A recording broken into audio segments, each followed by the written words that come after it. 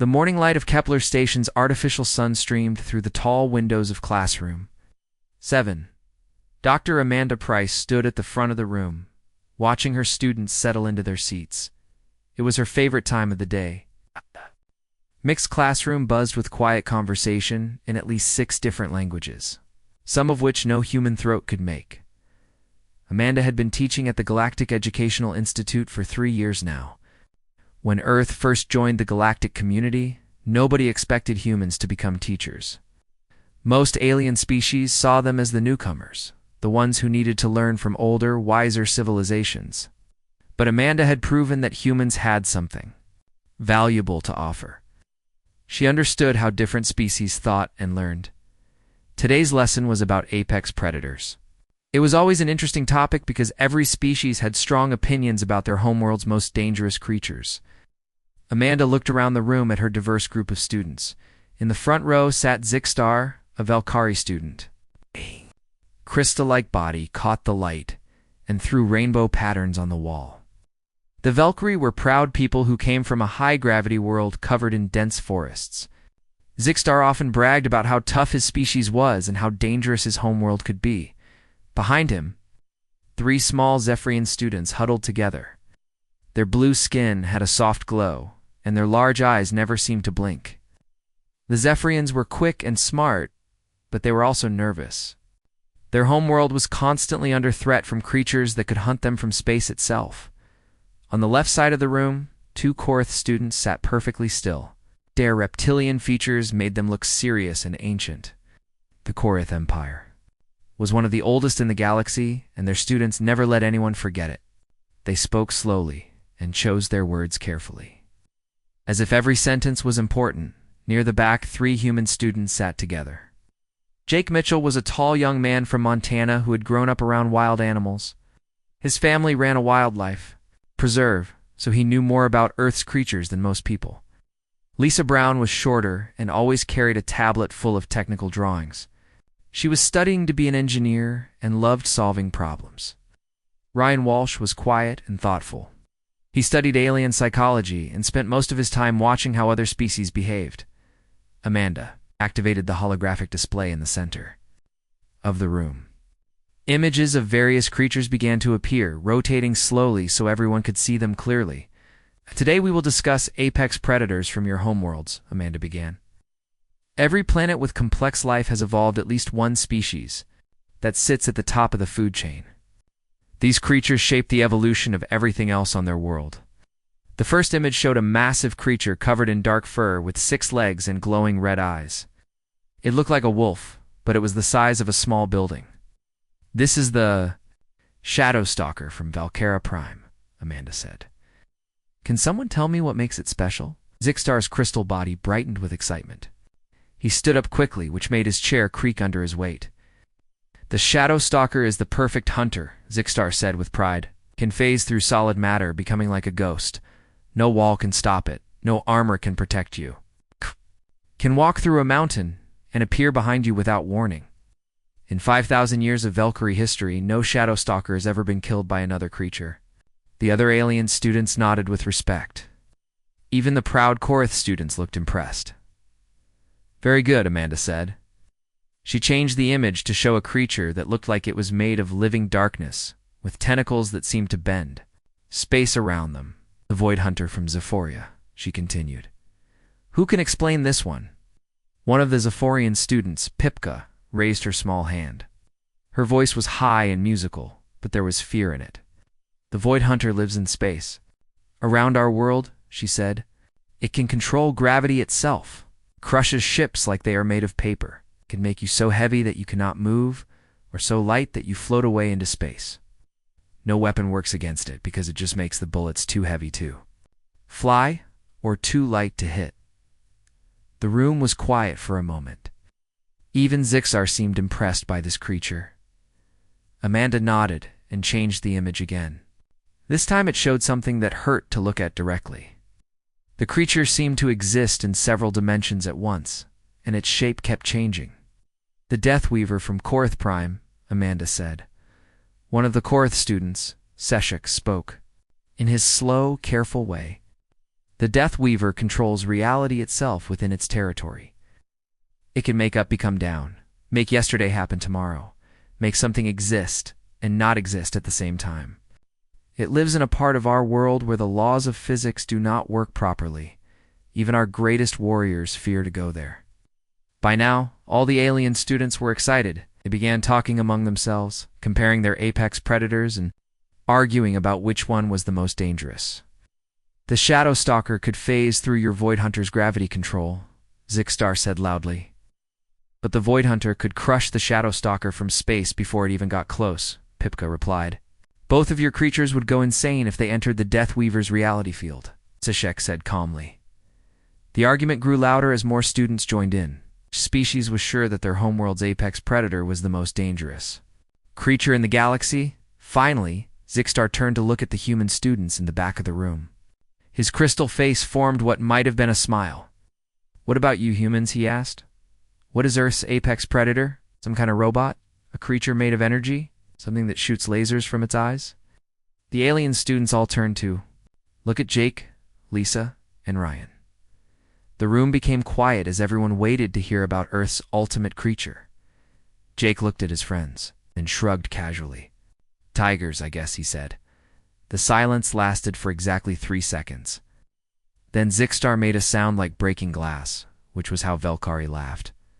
The Zephyrian students began making high whistling noises. Even the serious Korath students made low rumbling sounds that showed they were amused. Tigers, Zixstar repeated, his crystal body shaking with laughter. You mean biological creatures? Made of flesh and blood? No special powers? They're just big cats, Pipka added. Her voice filled with disbelief. We studied Earth animals in basic biology. Tigers are just predators that hunt other animals. They cannot phase through matter or control gravity or change reality. Lisa frowned and leaned forward. Tigers are incredibly effective hunters. They are perfectly designed for killing. This made the alien students laugh even harder. Perfectly designed, Zishak said slowly. Our Death Weaver can make time flow backward. Your tiger is just an animal with teeth and claws. Ryan tried too. Defend Earth's creatures. You do not understand how dangerous Earth really is. Tigers evolved in an environment where... Where what? Zixstar interrupted. Where they had to compete with other biological creatures. Our Shadow Stalkers evolved fighting creatures that could phase through dimensions. Your tigers probably never even saw anything more dangerous than a large deer. The alien students were now openly mocking the idea that simple biological predators could compare to their supernatural apex predators. Some of them were showing each other pictures of tigers on their personal devices and pointing out how ordinary they looked. Jake felt his face getting red with anger, but he tried to stay calm. You do not know what you are talking about. Earth's predators are different from anything you have ever seen. Like Star. Challenged. Can they disappear? Can they control fundamental forces?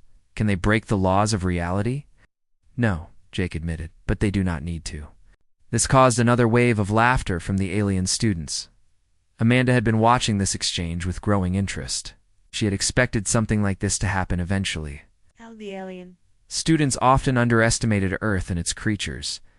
They saw humans as a young species that had gotten lucky with technology. They had no idea what kind of world had created humanity. She decided it was time to make things more interesting. You know, Amanda said loudly, causing the laughter to stop. This would make an excellent practical demonstration. The room became very quiet. All the students looked at her with surprise. What do you mean, Professor? Pipka asked nervously. Amanda smiled. It was not a completely friendly smile. I mean, we should test your theories. Let us see how your ultimate apex predators perform against Earth's tigers. The classroom fell silent when Dr. Amanda Price suggested the practical demonstration. The alien students looked at each other with uncertainty. They had been laughing and joking about Earth's tigers just moments before, but now the idea of actually testing their theories made them nervous. Zixstar was the first to recover. His crystal body straightened and began to glow brighter, which showed he was excited or angry. You want to bring Shadow Stalkers here? He asked. To fight your tigers? Not. Here, Amanda said calmly. That would be dangerous for everyone. but there are proper facilities for this kind of testing. Ryan leaned forward in his seat. Professor, are you serious about this? Amanda nodded, completely serious. If we are going to study apex predators, we should understand how they actually perform. Theory is good, but practical knowledge is better. Pipka raised her small hand. But Professor, our creatures are very dangerous. The Void Hunters have destroyed entire space stations by accident. They cannot control their power when they get excited. And Shadow Stalkers have never been contained by any known technology, Zixstar added. They can phase through any cage or barrier. Seshak spoke in his slow, careful way. The Death Weavers exist partially outside normal spacetime. Moving one would require technology that does not exist. Amanda smiled. You seemed to be making excuses a few minutes ago. You were certain that your apex predators were superior to Earth's creatures. Now you are worried about bringing them to a controlled test? This hit the alien students where it hurt. Their pride was challenged. Their cultures, backing down from a challenge, was considered shameful. Jake understood what Professor Price was doing. She was using the aliens' own competitive nature against them, decided to help push them further. It is okay if you are scared, Jake said casually. Earth's tigers are probably too dangerous for your creatures anyway. Zixstar's crystal body flared with bright light. Scared? We are not scared of your primitive biological predators. Then prove it, Lisa said, crossing her arms. Put your creatures where your mouth is. The alien students began talking among themselves in their own languages. The conversation was heated. Amanda could see that they were torn between their pride and their caution. After several minutes, Zixstar stood up. It's fine. The Valkyrie accept your challenge. We will bring a Shadow Stalker to face your tiger. Pipka looked worried, but she nodded. The Zephyrians will also participate. One Void Hunter. Seshak was quiet for a long time. Finally, he spoke. The Korath Empire will consider this request. We must ask our elders. By the end of the class, word was already spreading through Kepler Station. The alien students went back to their dormitories and immediately contacted their homeworlds. Within hours, the challenge was being discussed at the highest levels of several governments. 3 days later, Amanda was called to a meeting with the station commander. Admiral Chen was a serious woman who had been running Kepler Station for over 10 years. She had seen many strange things, but this request was unusual even for her. Dr. Price, the Admiral said, I have been receiving communications from 3 different alien governments. They all want to use our facilities for some kind of predator testing. Can you explain this to me? Amanda told her about the classroom, discussion, and the challenge that had grown out of it. Admiral Chen listened carefully, occasionally asking questions. So you want to bring the galaxy's most dangerous creatures to my station to fight Earth animals? The Admiral asked. Not to my station, Amanda corrected. I recommend we use Titan Base. They have the proper facilities for this kind of testing. Titan Base was a massive space station that had been built specifically for dangerous experiments and interspecies competitions. It had the strongest containment systems in known space and medical facilities that could handle any kind of injury. Admiral Chen thought about this for several minutes. The political implications of this could be significant. If Earth's creatures lose badly, it could damage our reputation in the galactic community. And if they win? Amanda asked. That could be even more complicated, the Admiral replied. But I suppose we have to trust in Earth's creatures. Send your request to Titan Base. I will provide the official endorsement. 2 weeks later, Amanda received approval from Titan Base, the facility's director. Dr. Kim Martinez was excited about the project. She had been looking for opportunities to test the station's new containment systems, and this provided the perfect chance. Meanwhile, Jake had been busy making arrangements with Earth. He sent detailed requests to wildlife preserves around the world, explaining what was needed. The response was overwhelming. Dozens of facilities offered to provide tigers for the project. The Montana Wildlife Preserve, where Jake had grown up, offered to send their 3 largest Siberian tigers. The Delhi Zoo in India provided 2 Royal Bengal tigers. Conservation. Center in Russia contributed a massive male tiger named Boris, weighed over 400 pounds. Lisa worked on designing the transportation systems. Moving large predators through space was not easy, but she created specially designed containment units that would keep the tigers safe and comfortable during the journey. Ryan studied the psychological profiles of the alien predators. He wanted to understand how they thought and hunted. The more he learned, the more confident he became that the tigers had a real chance. The alien governments were also making preparations. The Valkyrie High Command saw this as an opportunity to prove their superiority over humans. They had never forgotten their defeat in the border disputes 3 years earlier, and they wanted revenge. The Valkyrie selected their finest shadow stalker, a creature that had never been defeated in over 50 years of hunting. They called it the Phantom of Elkis. It was legendary even among its own species. The Zephyrian Council chose a Void hunter that had destroyed 12 space pirate ships in the past year. This creature was known as the Gravity Render, and it could manipulate gravitational fields with precision that defied understanding. The Korath Empire took longer to decide. Their elders debated for days about whether to participate. Finally, they agreed to send a young Deathweaver, one that had only recently reached maturity. Even a young Deathweaver was incredibly dangerous, but the elders felt it was less likely to cause permanent damage to the fabric of reality. News of the challenge spread throughout the galaxy. What had started as a classroom argument was becoming a major interspecies event. Representatives from dozens of worlds requested permission to observe the tests.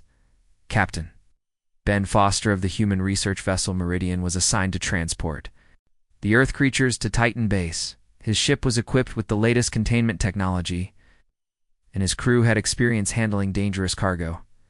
The journey to Titan Base took 5 days. During that time, Jake worked with the tigers to keep them calm and healthy. He had brought their favorite foods and toys to help them feel comfortable in the strange environment of space. Lisa monitored all the technical systems, making sure the containment units were working perfectly. Also studied the schematics of Titan Base, planning how to move the tigers safely once they arrived. Ryan interviewed the tiger handlers, learning everything he could about how each animal behaved. He noticed that each tiger had its own personality and hunting style. This gave him an idea about how to match them against the alien predators. As the Meridian approached Titan Base, Jake looked out at the massive space station through the viewport. It was the size of a small city, with gleaming metal corridors and powerful energy shields. Somewhere in that station, the most dangerous creatures in the galaxy were waiting. The alien ships had arrived first. The Valkyrie vessel was sleek and dark, designed to be nearly invisible. The Zephyrian ship was small and fast, built for quick escapes. The Korath ship was ancient and covered in strange symbols that seemed to move when you looked at them directly. Amanda was waiting for them at the docking bay. She looked excited and nervous at the same time. "The aliens are already here," she told them as they unloaded the tiger containers. "They have been bragging about their creatures for the past 2 days. The Valkyrie delegation is especially confident." Jake patted the side of Boris's container. The big Siberian tiger was resting calmly inside, completely unaware of the attention he was receiving. "Let them brag," Jake said. "Earth's tigers have been waiting millions of years for this moment. They just do not know it yet." Stage was set for the most unusual competition in galactic history. In one corner, the supernatural apex predators that had ruled their worlds for millennia. In the other corner, simple biological predators from a small blue planet that most aliens considered primitive. The galaxy was about to learn that Earth's definition of simple was very different from everyone else's. The arena on Titan Base was unlike anything Jake had ever seen. The main chamber was the size of a football stadium, with walls made of transparent aluminum that could withstand the force of a nuclear explosion. The floor could change into any environment within minutes, from dense jungle to rocky mountains to frozen tundra. Above the arena, observation decks stretched in tiers, filled with representatives from over 30 different species. The excitement in the air was thick enough to cut with a knife. Betting pools had been established on 12 different worlds. The odds were heavily against Earth's tigers. Dr. Amanda Price stood in the control room with Dr. Kim Martinez, the director of Titan Base. Through the thick windows, they could see the arena being prepared for the first match. Holographic trees were growing from the floor, creating a dense forest environment. The Valkyrie requested a forest setting, Dr. Martinez explained. They claim it gives their Shadow Stalker the best advantage. Amanda nodded. That works for us too. Tigers are ambush hunters. They prefer cover. In the preparation area, Jake was making final checks on Boris, the massive Siberian tiger. The big cat was calm but alert, his golden eyes taking in every detail of his surroundings. Jake had worked with Boris for 3 years and knew the tiger's moods better than anyone. How is he doing? Lisa asked, joining Jake beside the containment unit. He is ready, Jake replied. Boris has always been the best hunter at the preserve. He once tracked a deer for 6 hours through a snowstorm. Ryan was studying the video feeds from the alien preparation area. The Shadow Stalker was being held in a special containment field that flickered between visible and invisible. Even in the recordings, the creature was hard to look at directly. The Valkyrie are very confident, Ryan reported. Their delegation is already celebrating. They think this will be over in minutes.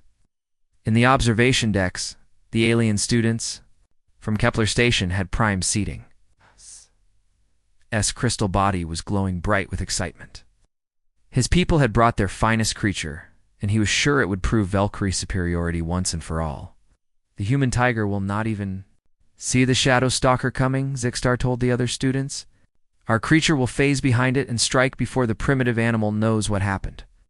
Pipka was less confident about her own species creature, but she nodded in agreement. Earth predators are just biological. They cannot compete with creatures that have supernatural abilities. The first match was announced over the station's communication system. The crowd fell silent as the competitors were prepared for release. Dr. Martinez activated the arena's recording systems. This event would be studied for years to come, regardless of the outcome. Releasing the Shadow Stalker, she announced. Air in the arena shimmered, and suddenly the Shadow Stalker was there. It was larger than the videos had shown, about the size of a horse, but built like a hunting cat. Its body seemed to be made of living darkness, and it moved with fluid grace between the holographic trees. Most disturbing of all, it kept fading. In and out of visibility as it phased between dimensions, the alien observers cheered when they saw their champion. The Shadow Stalker was magnificent and terrifying, exactly what they expected from the perfect predator. Releasing Boris, Dr. Martinez announced. The containment unit opened, and Boris stepped into the arena. Compared to the supernatural Shadow Stalker, the tiger looked almost ordinary. He was large and powerful, with beautiful orange and black stripes. But he was clearly just a biological creature. The alien observers fell silent. Many of them had never seen a real Earth predator before. Boris was impressive in his own way, but he seemed impossibly outmatched. Boris paused at the edge of the forest, his head raised as he scented the air. For several seconds, he remained perfectly still. Then he began to move into the trees with careful, deliberate steps. The Shadow Stalker had already begun hunting. It phased through several trees, positioning itself behind where it expected the tiger to go. The creature's hunting pattern was perfect by the standards of its homeworld. It used its phasing ability to move through obstacles and strike from impossible angles. But something strange happened. Boris did not move where the Shadow Stalker expected. Instead, the tiger seemed to change direction for no reason, avoiding the exact spots where the alien predator was waiting. In the observation deck, Zixstar leaned forward. What is the tiger doing? It is moving randomly. Ryan smiled from his position in the control room. It is not random. Boris is reading the environment. He can sense something is wrong, even if he cannot see the Shadow Stalker directly. The Shadow Stalker tried again, phasing to a new position and preparing to strike. But once again, Boris avoided the trap without seeming to know it was there. Dr. Price watched the action with growing excitement. Look at his posture, she said. To Dr. Martinez, Boris knows he is being hunted. He is switching from hunting mode to counter-hunting mode. This was something the Shadow Stalker had never experienced. On its home world, prey either fled in panic or stood frozen in fear. But Boris was doing neither. The tiger was hunting his hunter. Boris stopped moving and crouched low behind a fallen log. His ears swiveled constantly, and his nose worked overtime, processing scents. To the observers, he looked like he was hiding. But Jake knew better. "He is setting a trap," Jake whispered. The Shadow Stalker, growing frustrated with its elusive prey, decided to make a direct attack. It phased through the log where Boris was hiding, planning to materialize directly on top of the tiger. It was a perfect attack by the standards of Elkara Prime. No creature had ever survived this tactic. But as the Shadow Stalker began to phase back into solid form, Boris moved. The tiger's reaction was impossibly fast, as if he had known exactly when and where the attack would come. Boris twisted and struck in one fluid motion, his massive paws connecting with the Shadow Stalker at the exact moment it became solid. The alien predator, which had never been touched by another creature, found itself pinned to the ground by 400 pounds of perfectly evolved hunting machine. Boris's jaws closed around the Shadow Stalker's throat with precision that spoke of millions of years of evolutionary refinement. The arena fell completely silent. The Shadow Stalker, the undefeated apex predator of Velkara Prime, lay motionless beneath an earth tiger in the observation deck. Zixstar's crystal body had gone completely dark. Around him, alien observers sat in stunned silence. This was impossible. Shadow Stalker was supposed to be untouchable. Dr. Martinez checked her instruments to make sure the readings were correct. "The Shadow Stalker is unconscious, but alive," she announced. "Boris has won the first match." The human observers cheered, but their celebration was muted by the shocked silence from the alien sections. This was not how anyone had expected the contest to begin. Jake was grinning widely as Boris was recalled to his containment area. The big tiger looked calm and satisfied, as if what he had just done was the most natural thing in the world. "Did he know?" Pipka asked, her musical voice full of confusion. "How did your tiger know where the Shadow Stalker would appear?" Ryan had been studying the recordings of the match. Boris was listening to sounds that the Shadow Stalker made when it moved between dimensions. He was tracking scents that changed when the creature phased. Earth predators do not just use their eyes to hunt. Amanda nodded. The Shadow Stalker evolved to be invisible to sight, but it never needed to be invisible to sound or smell or vibration. Earth predators use all their senses together. The second match was being prepared. The arena's environment shifted from forest to a low-gravity chamber that resembled the void of space. This was the natural hunting ground of the Void Hunter. Maya, a sleek Bengal tiger, was selected for this match. She was smaller than Boris, but faster and more agile. Jake had chosen her specifically because he thought her speed would be important in the low-gravity environment. The Zephyrian delegation was nervous after watching the first match, but they still believed their creature was superior. The Void Hunter was larger than the Shadow Stalker and had powers that could affect the entire arena. The Void Hunter controls gravity itself, Pipka explained to the other students. It can make the tiger too heavy to move or too light to fight. No Earth creature can adapt to changing gravity. The Void Hunter was released first. It was a terrifying sight, like a living piece of the void between stars. Tentacles of dark energy reached out from its body, and the air around it shimmered with gravitational distortions. Maya was released into the arena, and immediately the effects of the Void Hunter's power became apparent. The tiger's movements became slow and awkward as gravity shifted around her. Sometimes she seemed to weigh twice as much as normal, making each step an effort. Other times she became so light that her paws could barely grip the floor. The alien observers relaxed slightly. This looked more like what they had expected.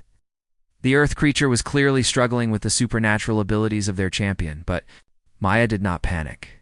Instead, she seemed to treat the changing gravity as just another part of the environment to adapt to. When gravity became heavy, she used her powerful muscles to push through it. When gravity became light, she used the momentum. To move in ways that should have been impossible, the Void Hunter began to create more intense gravitational fields, trying to crush. The news of the first two victories spread through Titan Base like wildfire. By the time the third match was being prepared, representatives from over 50 alien species had gathered to watch. Many had traveled across the galaxy just to see. If the impossible reports were true, in the alien observation sections, the mood had changed completely. The confident laughter and bragging from earlier had been replaced by nervous whispers and worried conversations. How could simple Earth animals defeat creatures that had ruled their worlds for millions of years? The Korath delegation sat in complete silence. Their Deathweaver was the last hope for proving that supernatural predators were superior to biological ones. But after watching two impossible defeats, even they were beginning to doubt. Seshek, the Korath student from Amanda's class, stared down at the arena with his large reptilian eyes. "This should not be possible," he said slowly. "Our creatures are beyond the physical realm. How can flesh and blood compete with powers that control reality itself?" The arena was being transformed for the final match. The environment shifted into something that hurt to look at directly. Walls bent at impossible angles, floors became ceilings, and space itself seemed to twist into shapes that should not exist. This was a reality distortion field. The natural hunting ground of the Deathweaver, Dr. Martinez watched her instruments with concern. The arena systems are struggling to maintain this environment. The Deathweaver's presence is affecting the station's computers. In the preparation area, Jake was checking on Raja, a massive Royal Bengal tiger who had been selected for this final match. Raja was the largest and most experienced hunter they had brought, with scars on his face that told stories of many successful hunts. "Are you sure about this?" Lisa asked Jake. "The other matches were dangerous, but this thing actually changes reality. What if Raja gets trapped in some kind of impossible space?" Jake scratched behind Raja's ears through the containment units. Feeding port. The big tiger purred and pressed against his hand, showing no fear or concern about the strange environment he was about to enter. "Raja has hunted in some of the densest jungles on Earth," Jake replied. "Places where you cannot see 3 feet in any direction, where every shadow could hide danger, where the ground changes with every step. He does not hunt with his eyes. He hunts with instinct." Ryan was studying the Deathweaver's containment chamber through the monitoring system. The creature was difficult to understand even through advanced sensors. It seemed to exist in several dimensions at once, and its shape kept changing as it moved between different layers of reality. "The Deathweaver does not think like a normal predator," Ryan reported. "It exists partially outside normal space-time. Probably does not even understand that its prey exists in only 3 dimensions. Dr. Price joined them at the monitoring station. "That might be an advantage for Raja. The Deathweaver has never fought anything that was not affected by its reality distortions. Earth creatures evolved in normal space. It might not be as vulnerable to reality manipulation as creatures that evolved alongside it." The announcement came for the final match. The observation decks fell silent as everyone prepared to watch what many believed would be the most important contest in galactic history. Releasing the Deathweaver, Dr. Martinez announced. The air in the arena shimmered and twisted. Reality bent like heated metal, and suddenly the Deathweaver was there. It was impossible to describe accurately because it kept changing form. Sometimes it looked like a giant spider made of shadows. Other times it appeared as a flowing river of darkness with too many eyes. Occasionally it seemed to be nothing more than a hole in space itself. The creature immediately began to warp the environment around it. The twisted arena became even more distorted as the Deathweaver asserted its control over local reality. Gravity pointed in multiple directions at once. Time flowed backward in some areas and forward in others. The laws of physics became suggestions rather than rules. The alien observers watched in awe and terror. Even through the protective barriers, they could feel the Deathweaver's power affecting their minds. This was why their species feared these creatures. They were not just predators, they were forces of chaos that could unmake reality itself. Releasing Raja, Dr. Martinez announced. The containment unit opened, and Raja stepped into the impossible arena. The effect on him was immediate and shocking. Instead of being confused or terrified by the reality distortions, Raja simply ignored them. He walked through a section where space was folded in half as if it were perfectly normal ground. When time flowed backward around him, he continued, moving forward at his normal pace. When gravity tried to pull him in 3 directions at once, he kept his footing as if he were walking on solid earth. How is he doing that? Seshik whispered in amazement. The Death Weaver noticed this strange behavior and became curious. It had never encountered a creature that was unaffected by its reality manipulation. The Death Weaver increased its power, creating even more impossible distortions around the tiger. A section of the arena floor became liquid while remaining solid. Raja walked across it without sinking. An area where light traveled backward surrounded the tiger, but he continued to see normally. The Death Weaver created a zone where cause and effect were reversed. But Raja's movements remained logical and purposeful. Dr. Price watched in fascination. Raja is not fighting the distortions, she realized. He is treating them like natural obstacles. Dense brush, uneven ground, changing weather, optical illusions from heat shimmer. Earth predators deal with confusing environments every day. Ryan nodded excitedly. The Death Weaver manipulates reality by changing how creatures perceive and interact with their environment. But Raja does not hunt with logic or physics. He hunts with instinct that exists below the level of conscious thought. The Death Weaver became frustrated with its inability to affect this strange prey. It decided to attack directly using its most powerful ability. The creature began to create a reality storm around Raja, a distortion so intense that it should have torn the tiger apart at the atomic level. But Raja had been waiting for this moment. As the Death Weaver focused its power on creating the reality storm, it became more solid, more present in normal space-time.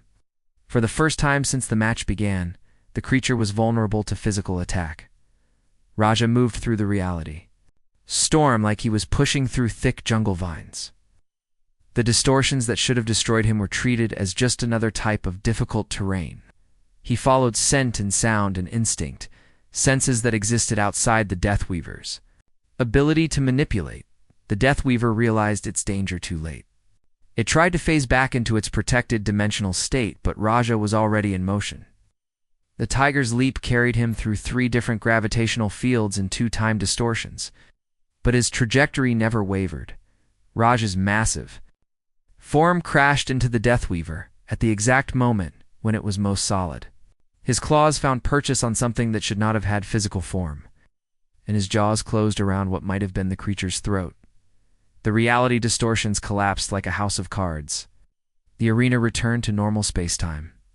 As the Death Weaver's power failed, the creature that had been a force of chaos and impossibility was now just another defeated predator under the paws of an Earth tiger. The silence in the observation decks was absolute. No one moved or spoke for several long minutes.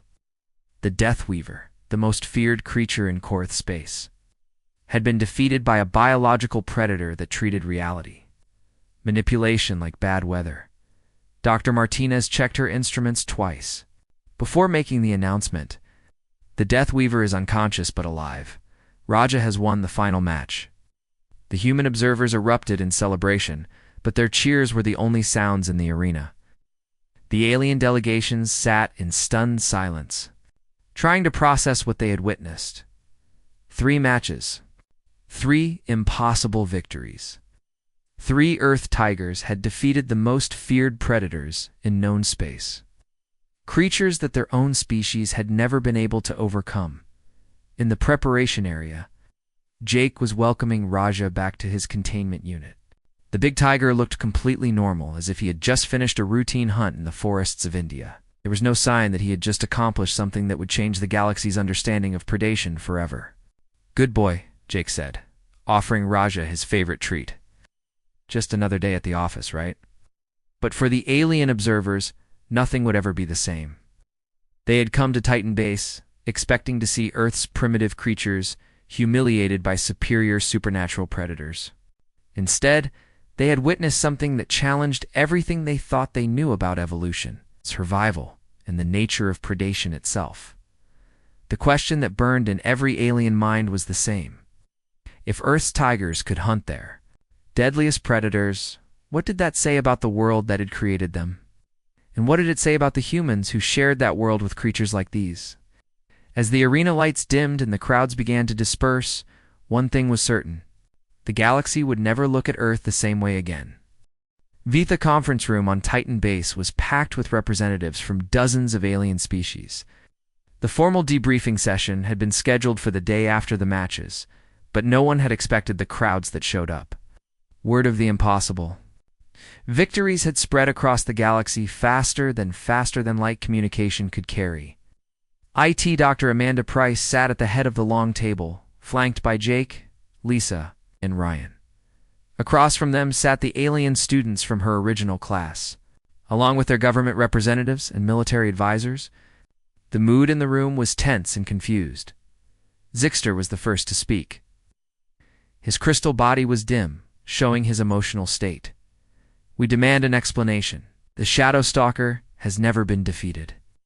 It is impossible for a biological creature to track something that exists between dimensions. Admiral Velkin, the Valkyrie military representative, leaned forward. We suspect some kind of human technology was involved. Perhaps genetic modifications to your tigers or hidden devices that allowed them to detect our creature's position. Dr. Price shook her head calmly. All 3 tigers were examined by your own medical teams before the matches. No modifications. No devices. No technology beyond what natural evolution provided. Pipka raised her small hand nervously. But Professor, our Void Hunter can control gravity itself.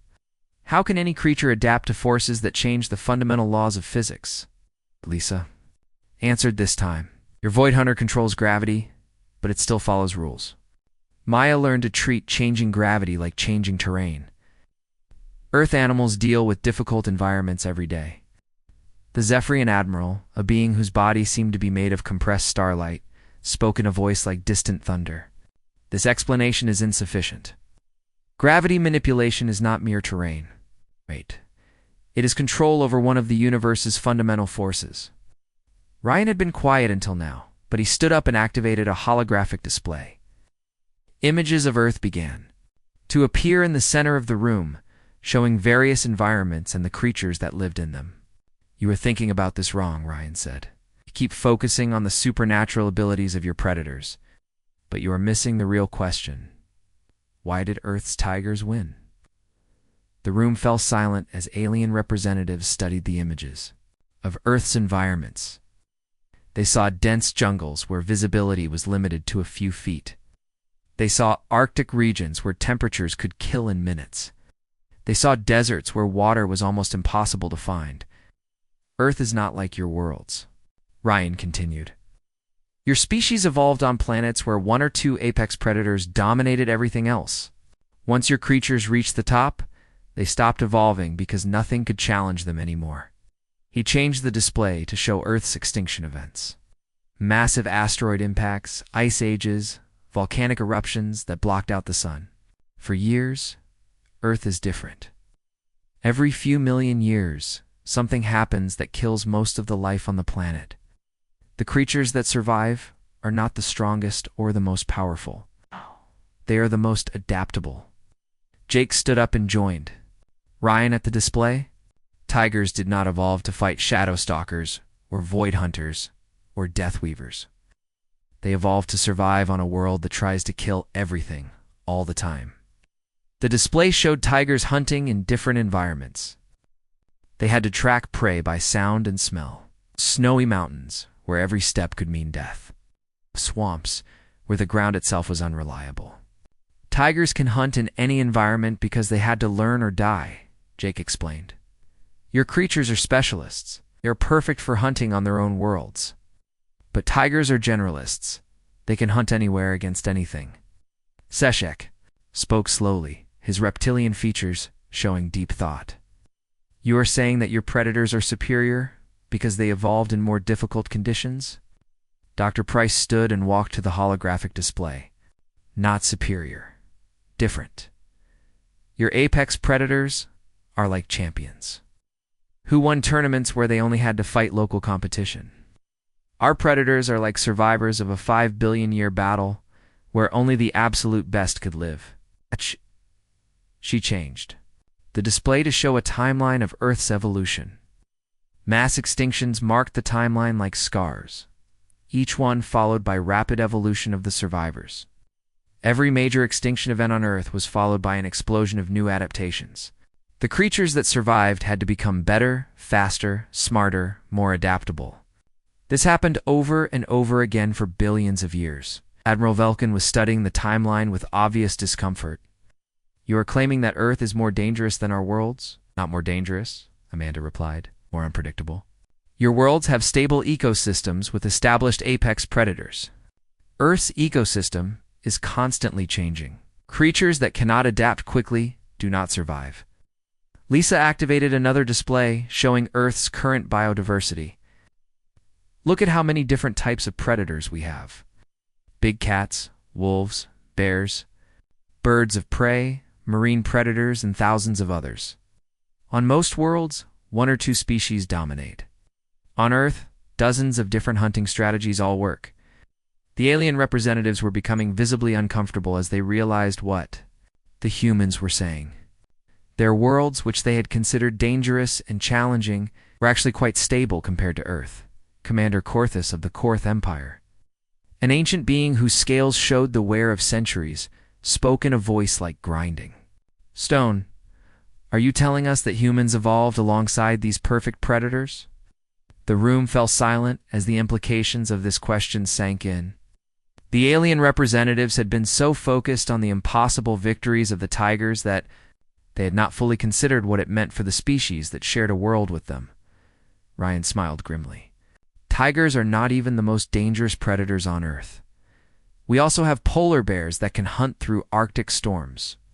Crocodiles that have remained unchanged for millions of years because they were already perfect. And sharks that can detect a drop of blood from miles away, Jake added.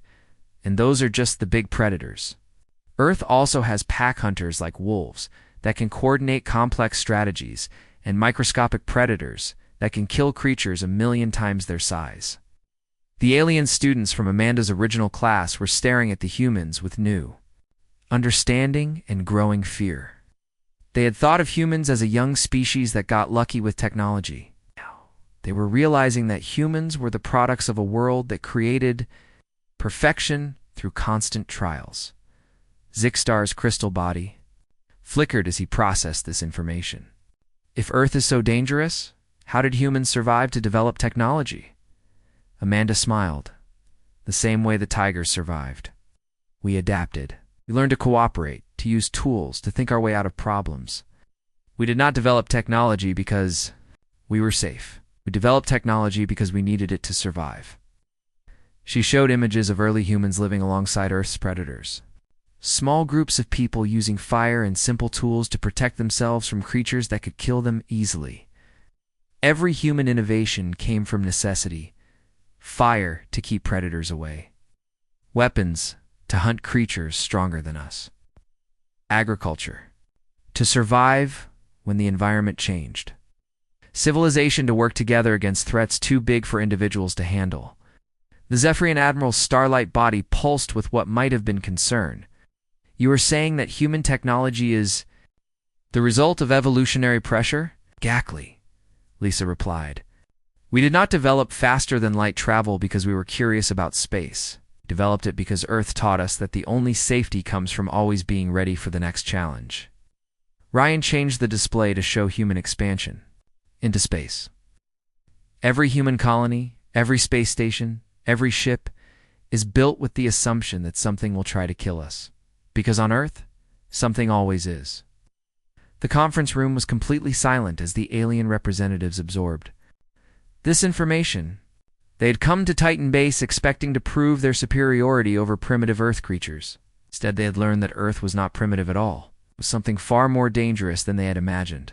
A world that created perfection through constant challenge. Commander Korthus was the first to speak. This changes our understanding of humanity's place in the galaxy. Admiral Velkin nodded slowly. If Earth's simple predators can defeat our apex creatures, what other capabilities might humans possess that we have not yet seen? The meeting continued for several more hours, but the real revelation had already occurred. The galaxy had discovered that humanity was not just another spacefaring species. They were the survivors of a world that would kill most alien species. Within days, as the alien representatives prepared to return to their homeworlds, each carried with them the same troubling thought.